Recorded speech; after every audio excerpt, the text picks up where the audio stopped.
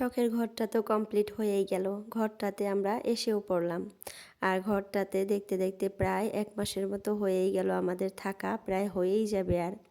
তো এখন কিন্তু খালি ঘরটাকে সাজানোর ইচ্ছা করে। মনে হয় এটা দিয়ে ওটা দিয়ে খুব সুন্দর করে ঘরটাকে সাজাই। আর সেই সাজানোর জন্য খালি লাগে টাকা। অনলাইন থেকে কিন্তু আমি অনেক শপিং করে ফেললাম এই কয়েকদিনের মধ্যে। আর মানে শপিং করতে করতে আমার হাত একদম ফাঁকা হয়ে গেছে এখন। তো আরও মানে কেনাকাটা করতে ইচ্ছা করে। সবসময় খালি মনে হয় অনলাইন ঘাটাঘাটি করি আর অনলাইন থেকে জিনিস কিনি। আমার মতো কে কে আছো তোমরা আপুরা কমেন্টে জানাবা। ৳১ যদি আমার কাছে থাকে, ওই ৳১ কখন আমি মানে শেষ করব ওই চিন্তা ভাবনায় খালি থাকি। কিন্তু ওই ৳১ আমার নিজের জন্য আমি কখনোই খরচ করি না। আমি আমার সংসারের জন্যই সবসময় খরচ করি। আর আমরা মেয়ে মানুষরা কিন্তু এইরকমই হই। সবসময় সংসারটাকে খুব সুন্দর করে সাজিয়ে গুছিয়ে রাখতে পছন্দ করি। তো যাই হোক, আজকের ভিডিওটা কিন্তু আমি সকাল থেকে স্টার্ট করে দিয়েছি বিছানা গুছানোর থেকে। তোমাদের ভাইয়া কিন্তু এখন চলে গেছে। এখন প্রায় 9:30টার মতো বাজে আর মেয়েও ঘুম থেকে উঠে পড়ছে। হ্যালো এভরিওয়ান, আসসালামু আলাইকুম আমার প্রিয় আপুরা, তোমরা কেমন আছো? আশা করি সবাই ভালো আছো। আলহামদুলিল্লাহ তোমাদের দোয়া এবং আল্লাহর অশেষ রহমতে আমিও ভালো আছি। নাজনীন ব্লগ চ্যানেলে আরও একটা নতুন ভিডিও দেখার জন্য তোমাদের সবাইকে স্বাগত জানাইতেছি। আশা করি বরাবরের মতো আজকের ভিডিওটাও আপনাদের কাছে ভীষণ ভালো লাগবে। আর যদি ভালো লাগে প্লিজ একটা লাইক দিয়ে আমার পুরো ভিডিওটার সাথে থাকার অনুরোধ রইল। তো অনেক মিষ্টি মিষ্টি আপুরা আমাকে অনেক সুন্দর সুন্দর কমেন্ট করে। কমেন্টগুলো আজকে আমি পড়বো। কালকার ভিডিওতেও পড়তে চাইছিলাম। আমি ফার্স্টেই বলছিলাম যে আপুদের কমেন্ট না পড়তে পারলেও আপুদের নামগুলো নিব, কিন্তু লাস্ট অবধি গিয়ে দেখলাম যে আমি নামও নেই নাই, আবার কমেন্টগুলোও পড়ি নাই, মানে ভুলে গেছি। ভয়েস ওভার করতে করতে লাস্টে গিয়ে দেখি যে আমি কমেন্টগুলো পড়ি নাই বা নামগুলোও নেই। তখন যে আবার ভয়েস ওভারটা কেটে দিয়ে আবার ভয়েস ওভার করবো, তখন বিশ্বাস করো আপুরা আমার একদমই হাতে সময় ছিল না। কারণ আমি রাতে প্রায় 11টার দিকে মানে ভয়েস ওভার করি, তখন মেয়ে ছেলে ঘুমানোর জন্য একটু ডিস্টার্ব করে। তো তাড়াতাড়ি করে ভয়েস ওভার করে আমি কিন্তু ওদেরকে নিয়ে ঘুমিয়ে পড়ি। আর তোমাদের ভাইয়া ওদেরকে রাখে, কিন্তু মেয়েটা তো খুব ছোট, ও তো আমাকে ছাড়া ঘুমাতেই চায় না। আর ওকে ঘুম পাড়িয়ে যে আমি এসে তারপরে ভয়েস ওভার করবো এটা কিন্তু হয়ই না, কারণ রোজা রমজানের দিন তোমরা তো জানোই, দিনে তো এক ফোঁটাও সময় পাওয়া যায় না একটু ঘুমানোর জন্য। আর রাতে তো আবার 2টায় ঘুম থেকে উঠতে হয় সেহরি করার জন্য। আবার রাতে ঘুমাতে ঘুমাতে প্রায় 12টা 1টা বেজে যায়, তো ঘুমানো মানে ঘুমই হয় না। তো সেখানে মেয়েকে ঘুম পাড়াইতে পাড়াইতে না আমি কোন দিক দিয়ে যে ঘুমিয়ে যাই আমি বলতেই পারি না। তো যার জন্য কিন্তু আমার আর উঠা হয় না। তো তাকে রেখে তার জন্য আমি 10টা 10:30টার ওইদিকে আমি ভয়েস ওভার করতে মানে একটা রুমে যাই, আর ওরা আর একটা রুমে থাকে আর কি। তো যাই হোক, দেখো বিছানাটা মানে সুন্দর মতো গুছিয়ে নিলাম। এখন যেহেতু একটু একটু গরম পড়তেছে, আমি কিন্তু আজকে একটা কম্বল ধুয়ে মানে তুলে ধুয়ে দেবো, কারণ এখন কিন্তু অতটাও মানে ঠান্ডা নাই। তো 2জন 2টা কম্বল নিলে এখন হয়ে যায়। তো যাই হোক, 2টা বিছানায় সুন্দর মতো গুছিয়ে নিলাম। এই ঘরটাও দেখো গুছানো একদম কমপ্লিট। আর এই যে সাজানো গুছানো ঘর, সাজানো গুছানো মানে সংসার, এইগুলোর পিছনে কিন্তু একটা নারীরই হাত থাকে। আর একজন সুদর্শন বা ভালো একটা নারী বা সাংসারিক একটা নারী কিন্তু পারে নিজের সংসারটাকে এইভাবে সাজিয়ে গুছিয়ে রাখতে। দেখতে তো খুব ভালোই লাগতেছে যে সুন্দর মতো সাজিয়ে গুছিয়ে রাখা, কিন্তু এই সাজিয়ে গুছিয়ে রাখার পিছনে যে কত স্ট্রাগল করতে হয়, কত কষ্ট করতে হয়, সেটা যে করে সেই কিন্তু মানে ভালো জানে। তো যাই হোক, রোজা রেখে এত কাজ তো করতে ইচ্ছা করেই না, আবার না করলেও দেখা যায় যে ভালো লাগে না। তো তাড়াতাড়ি করে সব কিছু জিনিস ভালো করে মুছে নিলাম, গ্রিলগুলোও মুছে নিলাম এই রুমের। আর হোয়াইট কালার করা যেহেতু গ্রিলগুলোতে এত মানে নোংরা হয় আপুরা কি আর বলবো। তো মনে হয় কি ওই বাড়িটাতে তো অতটাও পরিষ্কার করতে লাগে নাই, কারণ ওই বাড়িটা পুরানা ছিল। তো পুরানা জিনিস তো পুরানাই থাকে যতই ঘষা মাজা করা যাক, আর এটা তো নতুন বাড়ি আর সব কিছুই নতুন, তো পরিষ্কার করে না রাখলে কিন্তু একদমই ভালো লাগে না।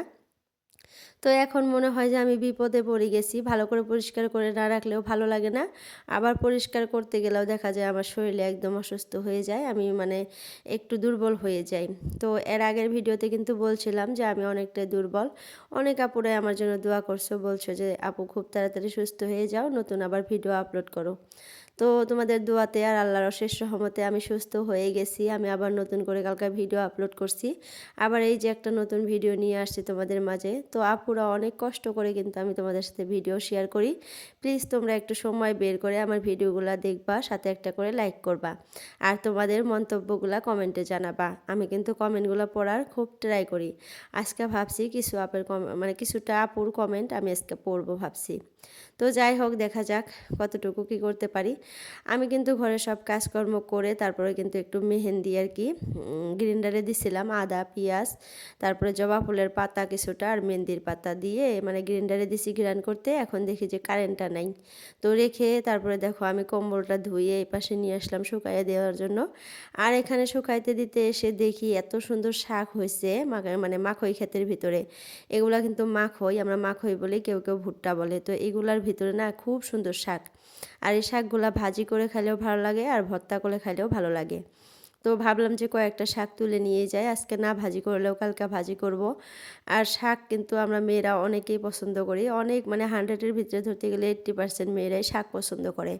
আর সেই 80%-এর মধ্যে কিন্তু আমিও পড়ে যাই, কারণ আমি শাক লাভার, অনেক ভালোবাসি। যত রকমের শাক বলো সব শাকই আমার কাছে ভালো লাগে, কোনো শাকই আমি বলবো না যে আমার কাছে খারাপ লাগে। তো যাই হোক আমার আম্মুটাকেও নিয়ে আসছি, আর ঘরের ভিতরে না আমাদের অনেক ঠান্ডা লাগে, তো বাইরে এসে দেখি অনেক রোদ। মেয়েটাকে এখন সোয়েটারটা খুলে দেব কারণ অনেক গরম লাগতেছে। এই যে দেখো এই শাকগুলা, তো তোমরা এই শাকগুলাকে কি বলো জানি না, আমরা কিন্তু এটাকে খইরা কাটা শাক বলি। আর এই শাকটা কিন্তু ভর্তা করলে ভালো লাগে, ডাঙা শাকের মতো লাগে, ভাজি করলেও ভালো লাগে। তো আমি কিন্তু এটা ভাজি করব, কালকা করব, আজকে করব না, আজকে অন্য কিছু বানাবো, তার জন্য আর আজকে করব না। তো দেখো এক কাজ করতে যায় আর এক কাজ করি, আর এক কাজ করতে যায় আর এক কাজ করি, এরকম একটা অবস্থা। আর আমার মনটা এরকম হয়েছে আপুরা, কিচেনে রান্না বান্না করতে থাকি আর মনে করি যে এই জিনিসটা না এই জিনিসটা আনি, তো ওই জিনিসটার জন্য যায়া ওই জায়গায় যায়া দাঁড়ায় দাঁড়ায় ভাবি যে আমি যেন কিসের জন্য আসছি ভুলে গেছি, মানে ভুলে যাই। কতক্ষণ দাঁড়িয়ে থাকি মনে পড়ে না, তারপরে চলে আসি, চলে এসে আবার দেখি যে ওই জিনিসটা আনি নাই। মানে যখন ওই জায়গায় যাই যা দেখি যে এই জিনিসটা আনার জন্য আমি গেছিলাম, আমি তো এই জিনিসটা আনি নাই, ভুলে গেছি। পরে আবার যেয়ে নিয়ে আসি, এই একটা অবস্থা। তো এই যে আজকে যে কাজগুলো করতেছি, মানে যখন যেটা পাইতেছি ওটাই করতেছি, মনে তো থাকেই না, এই একটা অবস্থা। মনে হয় যে আমার মনটা মনে হয় কেউ চুরি করে নিয়ে গেছে, এরকম হয়ে গেছে, মনে হয় মনটা আমার কাছে নেই। কেন জানি না এরকম হয়েছে আমার, কতদিনে ঠিক হবে এটাও বলতে পারি না। মানে মনে একটু স্মৃতিশক্তি একটু কমে গেছে, এই একটা অবস্থা। তো যাই হোক শাকগুলা তুলে নিয়ে রেখে দেব। আর কম্বলটা ধুয়ে দিলাম রোজা রেখে, মানে কম্বল ধুতে অনেক কষ্ট হয়েছিল। কম্বল কিন্তু ওয়াশিং মেশিনে দেওয়া যায়, ছোটোগুলা দেওয়া যায়, এটা কিন্তু অনেক বড় কম্বল। আর এটা পানি দিয়ে ভিজানোর পর কিন্তু প্রায় 16-17 কেজি হয়ে যাবে। আর আমাদের মেশিনটা যেহেতু 8 কেজি, তো 8 কেজির মধ্যে কম্বল দেওয়া যাবে, তার থেকে বেশি দিলে কিন্তু মেশিন নষ্ট হওয়ার চান্স আছে। তো যার জন্য আর দিলাম না, হাতেই কেচে দিলাম। আর কম্বলটা মেলা দিন থেকে আর কি আমার পরিষ্কার করা হয় না, ওই যে বের করছি, তো ভাবলাম যে ভালো করে পরিষ্কার করে শুকিয়ে একদম তুলে রাখি, এখন আর এটার দরকার নাই। ওর বাবা একটা নেবে আর আমরা সবাই মিলে আর একটা নেব, 2টা কম্বল হয়ে গেলেই যথেষ্ট হবে। আর আমার ভাইটা আসলে তো আমার ছেলে ওর সাথেই ঘুমায়, তো একটা কম্বল নিয়ে ওরা 2জন ঘুমাতে পারবে, আর একটা দিয়ে আমরা 3জন ঘুমাতে পারবো তখন, সেটা ভাবে আর কি 2টা কম্বল বাইরে রাখলাম। তো দেখো এখন কিন্তু বাজে 2টা, সব কাজকর্ম করে মেয়েকে গোসল করাইছি, মেয়েকে খাওয়াইছি, এগুলার ভিডিও করি নাই। আর তারপরে ছেলে স্কুল থেকে আসছে, ছেলেকে ভাত দিছি, খেয়ে নিছে। তারপরে আমি নামাজ পড়ছি, একটু কোরআন পড়ছি, পড়ে তারপরে দেখো পাকঘরে চলে আসছি, কুটা বাছাগুলোও করে নিছি, সব রেডি করে নিছি, দেখছো মানে পোলার চালটা ভালো করে ধুয়ে রাখছি, সব কিছু রেডি করে নিছি, রেডি করে একটু ভিডিও করলাম। তারপরে দেখো ম্যাজিক দিয়ে সব রান্নাবান্না আমার কমপ্লিট হয়ে গেছে, এখন লাস্ট আমি পিঠা ভাজতেছি। আর এই পিঠাগুলো কিন্তু গরম খেতেই ভালো লাগে, তার জন্য এখন ভাজতেছি। তো আজকে রুটি পিঠা আর সংসার পিঠা বানাইছি কয়েকটা, তো সংসার পিঠাটা এই পাশে তেলে ভাজতেছি, আর রুটি পিঠাগুলো এই পাশে দেখো তাওয়ার মধ্যে ভাজতেছি। আর তোমাদের ভাইয়া কিন্তু ওই পাশে ফ্রুটগুলো কাটতেছে। তো ওকে যদি আমি ক্যামেরার সামনে আনতে চাই, ও একটু মানে কেমন জানি আনকমফোর্টেবল ফিল করে, তার জন্য আমি আর মানে দেখাই না। তাও কিন্তু মাঝে মধ্যে দেখাই, আপুরা মানে ডিমান্ড করে যে তোমার হাজব্যান্ড হাসে না। অনেক আপুরাই বলে যে আপু তোমার মানে ভাইয়াকে হাসে না, মানে একটু রাগী মনে হয়। তো যার জন্য কিন্তু মাঝে মধ্যে তোমাদের ভাইয়ার সাথে আমি একটু মানে মজা করি, হাসাই, তারপরে কিন্তু ভিডিও করে তোমাদের সাথে শেয়ার করি যে যাই হোক আপুরা দেখুক, তোমার হাসিটা একটু দেখুক, এরকম করে বলি। তো এর মধ্যে কিন্তু একদিন দিছিলাম, একটা আপু বলছিল যে আজকে ভাইয়া একটু হাসলো। তো যাই হোক অনেক কথাই বললাম, চলো এখন কয়েকটা কমেন্ট পড়ি। তো রূপা আহমেদ আইডি থেকে আপু, রূপা আপু আমাকে বলছে মাশাল্লাহ ছোট্ট বুড়িটা দেখতে দেখতে বড় হয়ে গেল, দোয়া করি আপু তোমার দুটো সন্তান যেন মানুষের মতো মানুষ হয়। আল্লাহ হাফিজ।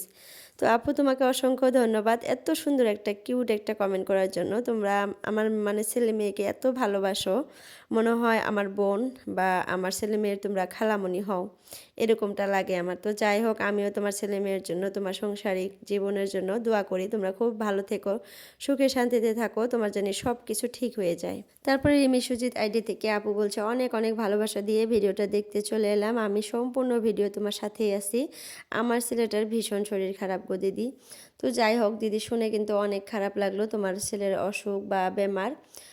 দোয়া করি যাতে খুব তাড়াতাড়ি ছোট্ট সোনাটা ভালো হয়ে যায়। আর একটু দেখে শুনে রাখো, কারণ এই সময়টা কিন্তু এরকমই, সব বাচ্চাদের শরীর খারাপ হইতেছে।